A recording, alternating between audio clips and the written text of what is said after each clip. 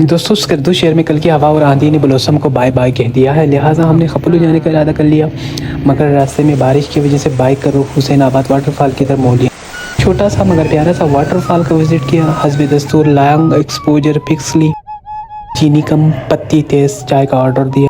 काफ़ी शनासाई निकली। मालिक साहब ने पहचान लिया, उन्होंने हट्स दिखाए और बताया कि गर्मियों में यहाँ कैंपिंग की सहूलियत मौजूद होती है। ट्राउट्स मछली भी दिखाए, सबकी तबीयत ठीक थी। आप लोगों को भी सलाम कहा है। और उसके बाद इस पिचों की तरफ निकले जहाँ मोइशों के दरमियान एक बाबा जी नमाज में मसरूफ़ थे। उन्होंने सलाम दुआ की। उन्होंने अपने दौर से मुवाज़ना करते हुए इस ज़माने से मतलब कुछ शिकवे शिकायतें की। हमने भी असबाद में सर हिलाया। सरफरंगा कोल्ड डिज़र्ट को जूम करके दिखाया। ब्लॉसम की आखिरी हिचकियाँ देखी। ब्रोक और मसरूरा के रास्ते का दीदार भी किया। वापस आ गए।